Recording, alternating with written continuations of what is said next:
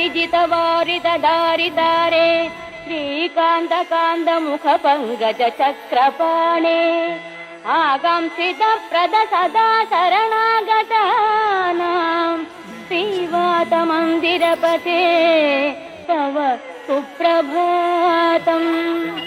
श्रीराजमानसुमनो मकुटाग्ररत्ननीराजिताङ्घ्रियुग भक्तजनैकबन्धो नारायणाच्युत हरे भगवन्मुरारे श्रीवातमन्दिरपते तव सुप्रभातम्। भूलोकवासि जनपुण्यफलेन नृणामालोकनाय